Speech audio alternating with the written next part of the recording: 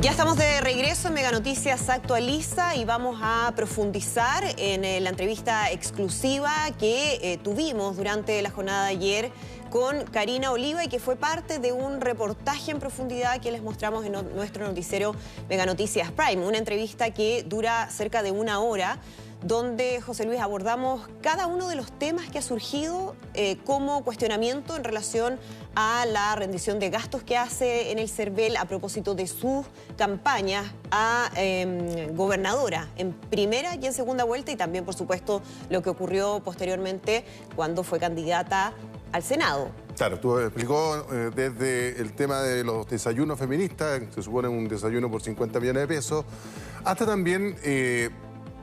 no deslizó, dijo derechamente que acá había coordinadores que se reunían para efectivamente establecer cómo se iba a organizar la campaña, digamos, en este sentido. Y se sorprende durante la entrevista, ella dice estar sorprendida de algunas facturas que no tendrían que haber estado en su cuenta. En su cuenta, exactamente. Claro. Revisemos en detalle, porque evidentemente aquí hay varios temas que son complejos. Hicimos el análisis bien técnico, con toda la documentación, y se lo fuimos mostrando en la entrevista que está disponible en su totalidad, íntegramente en meganoticias.cl. Pero partimos dentro de los temas que han surgido, ¿no?, y que han sido cuestionados públicamente con este famoso desayuno feminista, porque se habló mucho del desayuno de los 50 millones de pesos. Karina Oliva dice tener una explicación al respecto. Hay que señalar que esta factura nunca existió, en realidad no se solicitó el reembolso de esos 50 millones de pesos. La pregunta es ¿por qué entonces aparece dentro de la glosa de rendición? Bueno, le preguntamos exactamente qué fue lo que ocurrió y esta fue parte de la respuesta que nos entregó Karina Oliva. ¿Cuál fue ese error, para que lo entienda la gente? Sí, mira, esta factura nunca se emitió porque esto fue una cotización. Nosotros, quiero ser muy clara, nosotros en segunda vuelta solicitamos cotizaciones por distintos servicios, entre ellos desayunos en 50 comunas, desayuno feminista en 50 comunas para la campaña. Sin embargo, dada lo que significa una campaña tan corta, no nos daban ni los tiempos, ni los plazos, ni los costos para realizarlo. Entonces esa cotización fue desestimada. Ya, o sea, hay una cotización, Andrea, que se hace por 50 desayunos por 50 millones de pesos, entonces según lo que te entiendo. Exacto. A Karina Oliva, pero que nunca al final se tomó ese servicio. Exactamente. Ya, ¿esa factura se emitió finalmente? Esa factura no se emitió y tampoco se pide el reembolso de ese dinero, por lo tanto, desde el punto de vista legal no hay nada más que hacer, porque en el fondo no fue parte de lo que se solicitó de devolución al CERVEL.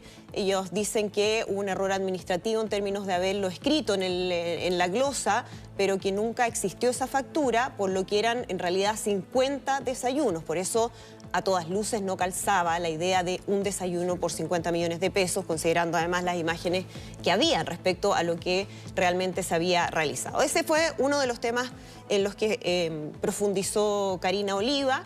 Pero hablamos también de otro tema que surgió y que fue cuestionado quizás no desde el punto de vista legal, sino más bien desde el punto de vista ético o del discurso que han tenido los candidatos de este sector, de no pagar sueldos muy altos, de la austeridad de los recursos públicos, y por eso llamó mucho la atención cuando sale la información de asesores de campaña que habrían tenido sueldos que en total, estamos hablando de 7 personas, sumaban 137 millones de pesos. También hablamos de eso, vamos a escuchar qué es lo que nos dijo. ¿Por qué se rindieron al CERVEL gastos que no pueden ser incluidos si corresponden a una precampaña, dentro de la información que usted ha entregado? En mi campaña no hubo sueldos millonarios y no hubo objeción a las prestaciones de servicio de aquellas personas. Para ser clara, o sea, tanto en primera vuelta como en segunda vuelta. Ha habido declaraciones de parte de funcionarios del CERVEL diciendo que les llamó la atención los montos que se habían pagado en este caso, y podemos mencionar cada uno de ellos, ¿no? El de Martín Miranda, que tiene 40 millones en los 5 meses de campaña legal, hacía el cálculo de 8 millones mensuales. Camila Ríos Puebla, 25,5 millones en esos 5 meses. José Robredo, 20,9 millones.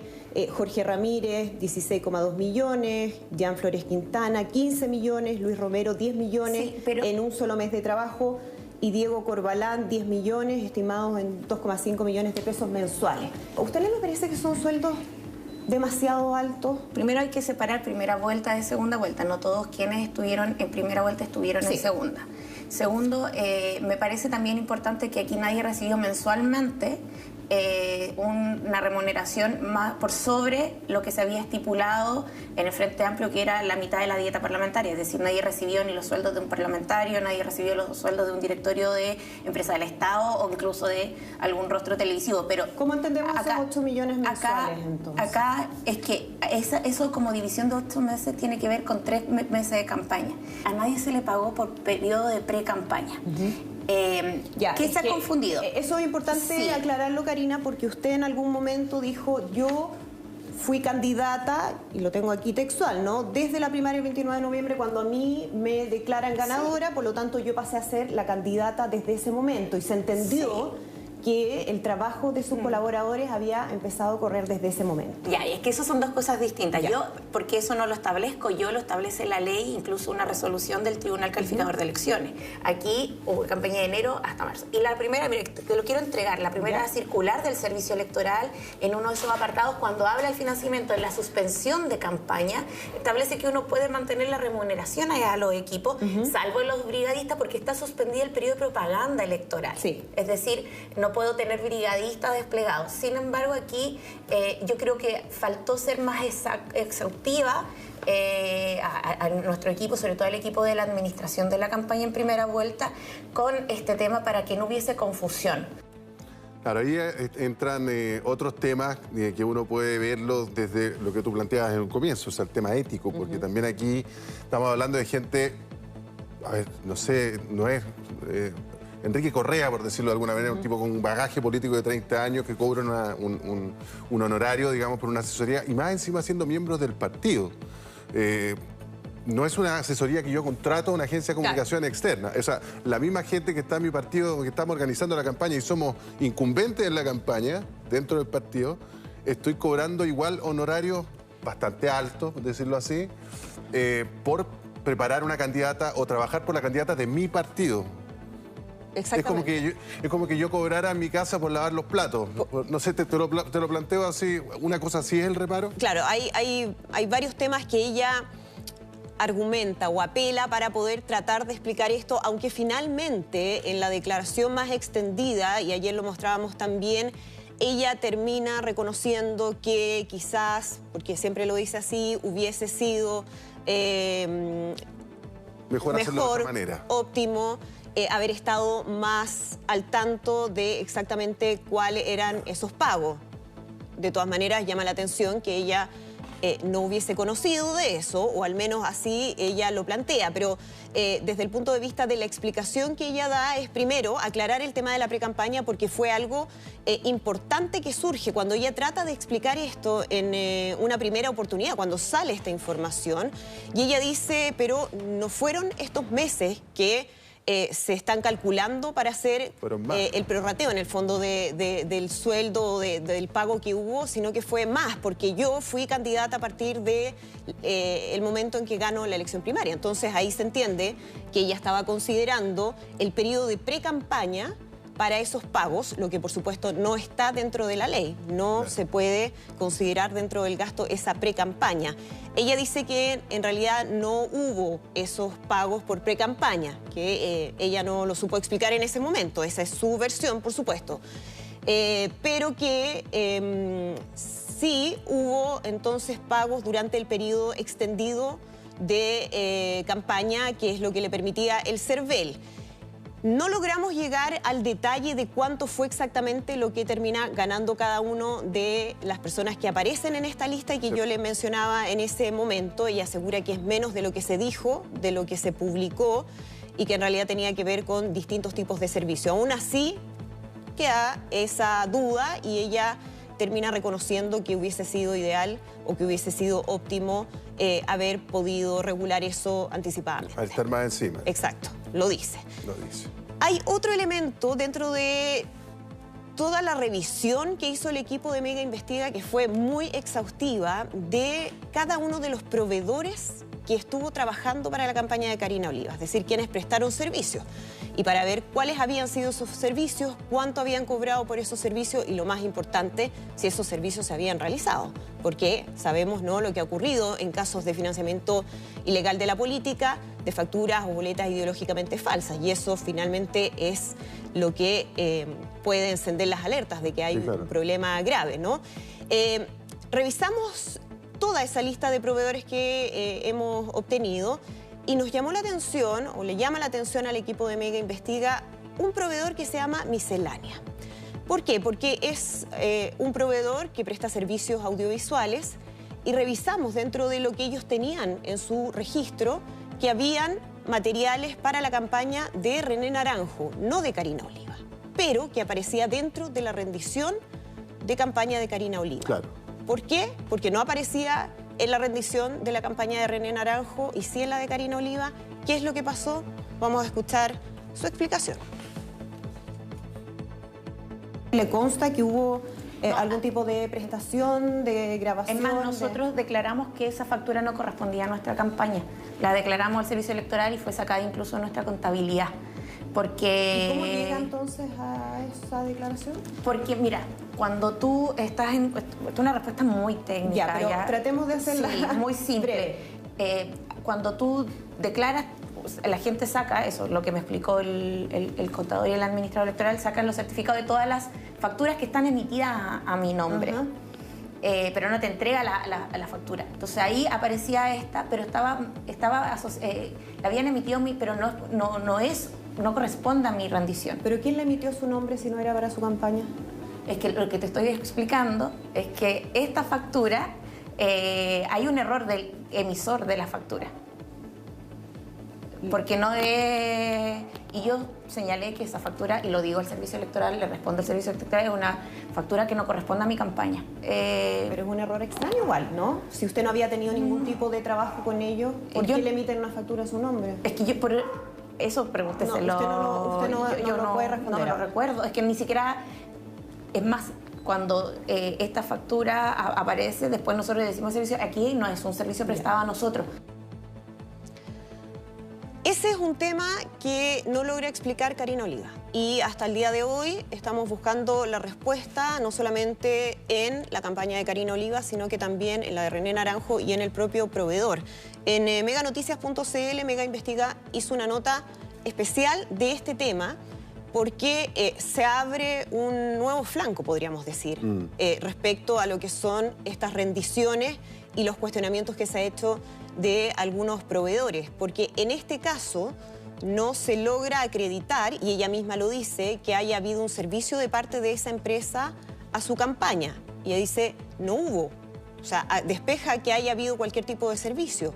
Lo que no logra explicar es por qué llega una factura a su rendición con su nombre, si es que no había tenido ningún tipo de relación con este proveedor anteriormente. Ahora, ella también dice, y desliza claramente, que ella tampoco estaba muy al tanto de la coordinación que tenían los distintos jefes de campaña, donde estaba, dentro de todo, el actual ministro Giorgio Jackson y su jefa de campaña, que ella la apunta finalmente. Claro, aquí en reiteradas oportunidades durante toda la entrevista, que insisto es muy extendida, es de 1 hora, Karina Oliva en reiteradas oportunidades atribuye la responsabilidad de lo que sucedió y de lo que a veces no logra ella explicar a Carolina García, quien era su jefa de campaña y quien hoy también ha salido a dar una declaración pública al respecto. Ya les vamos a mostrar exactamente cuál fue su respuesta,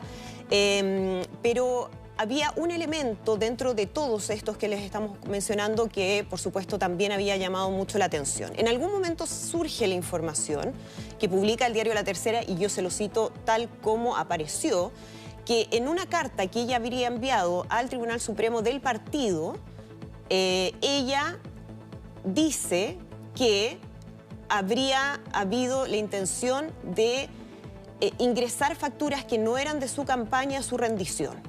¿Y de quién eran esas facturas? Bueno, ella dice un candidato a primaria. Por eso lo que le preguntábamos directamente a la primaria presidencial, ¿no? Le preguntábamos directamente si tenía que ver con la campaña del entonces candidato Gabriel Boric. Ella dice que todo eso lo vio siempre Carolina García con quienes eran los representantes de los comandos de este candidato. Por lo tanto, surge así el nombre del actual ministro Giorgio Jackson. Vamos a escuchar exactamente cuál fue esa declaración y luego seguimos explicando y también revisamos cuáles han sido las respuestas de quienes se vieron involucrados en estas declaraciones. Usted en la carta también que presenta al Tribunal Supremo asegura que se le pidió facturar a favor de una candidatura de la primaria. ¿Quién le pidió que hiciera eso, primero? ¿Y a favor de qué candidatura? Uno se imaginaría, por razones lógicas, que el candidato a primaria que podría haber sido favorecido con eso es la candidatura de Gabriel Boric. En segunda vuelta, mi jefa de campaña era Carolina García, que era secretaria general del partido. Ella era la que llevaba la relación con todos los comandos. Me refiero con el comando presidencial del entonces candidato presidencial del Frente Amplio, y no las llevaba yo por motivos obvios. Es una candidata que está desplegada 24/7. ¿Quién tiene que responder sobre esos dichos? Porque era la responsable del diálogo con el comando, con el jefe de campaña del candidato presidencial, que era el actual ministro Giorgio Jackson, es Carolina García, porque yo no llevaba esos diálogos. Pero déjeme entonces preguntarlo de manera más directa. ¿Usted se negó a incorporar una factura de la candidatura de Gabriel Boric? ¿Es así? Yo siempre, ¿Usted se negó cualquier a eso? situación, cualquiera, que no vaya conforme a la ley, siempre me voy a negar. Y eso no solo yo, también lo sé que lo haría cualquier otro candidato del Frente Amplio. Justamente porque es importante y porque estamos hablando de un ministro, es importante que usted nos diga qué rol jugó Giorgio Jackson en relación a estas coordinaciones entre su comando y el comando de Gabriel Boric. A ver, aquí hay cosas que son importantes decir. Giorgio Jackson, hoy día ministro, jefe de campaña, todos los jefes de campaña se coordinan para las agendas, para el despliegue, para los voluntarios. Yo no tuve trabajo, o sea, yo no tuve contacto con el ministro. Yo no he hablado meses ni siquiera en los últimos meses, ni durante la campaña. Sí, es cierto, Carolina García, cuando coordinaba cosas con el comando de presidente, lo coordinaba con Giorgio Jackson. Y eso no tiene nada de ilegítimo. ¿Usted tiene total claridad de cuál fue el rol de Giorgio Jackson en esa coordinación a propósito de eso? Para ser muy honesta, yo no tengo esa claridad porque yo no estaba ahí. La que te puede responder eso tiene que ser Carolina García. Bueno, es bastante clara en eso. En el fondo, los jefes de campaña, en este caso suya, Carolina García, Giorgio Jackson y los demás candidatos, coordinan las actividades, coordinan la organización de las campañas. Muchas veces, no sé, se hace un evento donde va más de un candidato, va el candidato, no sé, Boric en su minuto, va con la candidata o ex candidata gobernadora y ahora senadora, porque ambos, seamos honestos, se potencian en un territorio tan importante como la región metropolitana. Claro. Ahora, lo que queda aquí como en la nebulosa es un poquito, bueno, y se coordinaban también con este tema de la factura. ¿Por qué llegaba una factura donde Karina Oliva, que ella dice que ella no tenía idea que estaba esa factura ahí, y llega para allá?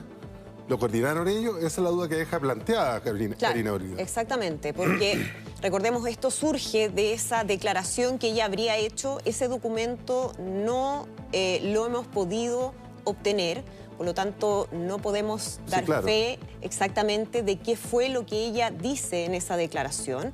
Ella no confirma esa declaración que había sido publicada anteriormente, donde ella habla de esta candidatura a la primaria presidencial que le habría pedido ingresar una factura a su rendición. Y ella dice más bien que esas coordinaciones fueron siempre entre Carolina García y quien en ese entonces era el encargado de la campaña de Gabriel Boric, Giorgio Jackson, pero no reconoce directamente que se le haya solicitado, y eso se lo preguntamos 4 veces, si es que se le solicitó ingresar una factura que no era de su campaña a la rendición, y ella no lo confirma y deja nuevamente en otras personas la responsabilidad de lo que sucedió, lo que por supuesto también es cuestionable desde el punto de vista de que ella es la candidata, por lo tanto ella tiene una responsabilidad. Desde el punto de vista legal, la responsabilidad es de la candidata o el candidato y el administrador electoral. La jefa de campaña puede haber hecho efectivamente las coordinaciones, pero quien tiene la responsabilidad legal, justamente ella, la candidata. Y por eso que es importante también inmediatamente revisar lo que han sido las respuestas de quienes se vieron aludidos en estas palabras, porque Carolina García, que es permanentemente mencionada o ha sido mencionada muchas veces en esta entrevista, ayer nosotros nos contactamos con ella antes de la entrevista para darle la oportunidad, si es que ella quería, de hablar antes de que fuera emitida la entrevista. Ella dijo que prefería hacerlo después de revisar cuáles eran esas palabras. Y durante esta mañana, a propósito de justamente la emisión de la entrevista, ella entonces publica, José Luis, esta declaración. Paso a decir exactamente qué es lo que dice. Dadas las recientes acusaciones de Karina Oliva, exhibidas en televisión, me veo la obligación de declarar que yo no tuve responsabilidad alguna en la rendición electoral de Karina Oliva, ni en primera ni en segunda vuelta al gobierno regional, ni en su campaña a senadora. Ello es responsabilidad exclusiva del administrador electoral y de la candidata. 2. Es absolutamente falso que yo haya llegado a algún tipo de acuerdo con los proveedores que se señalan en la entrevista, que haya propuesto vías irregulares de financiamiento electoral. 3.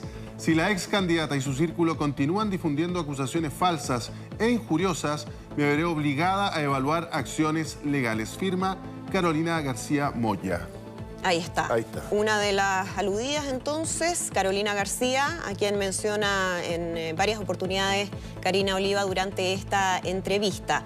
Pero también estábamos a la espera de la reacción del ministro de la Secretaría General de la Presidencia, Giorgio Jackson. Al igual que con Carolina García, nosotros nos comunicamos con el ministro o con su oficina antes de la emisión de la entrevista. Ellos prefirieron esperar a ver cuáles habían sido esos dichos y hoy ha habido una respuesta del propio ministro. Escuchemos.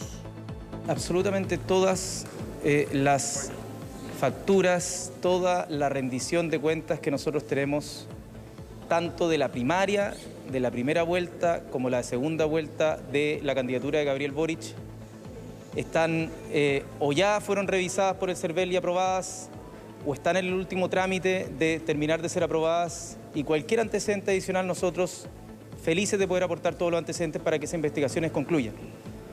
En ese sentido no tenemos ningún antecedente nuevo que haya modificado dichas aprobaciones de nuestras cuentas, por lo tanto no tenemos mucho más que agregar.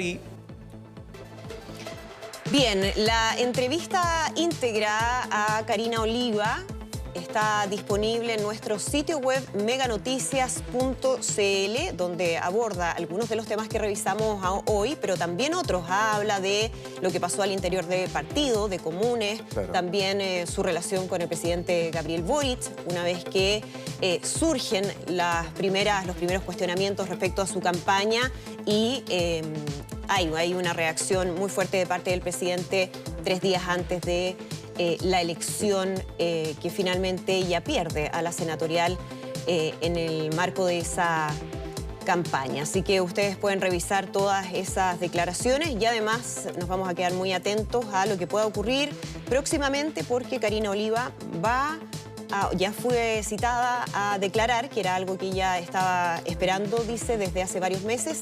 Así que probablemente también vamos a tener novedades en ese sentido. Perfecto. La invitación hecha entonces, meganoticias.cl, la entrevista completa de 1 hora y 3 minutos donde aborda diferentes temas y donde dice que la presunción de inocencia es un derecho.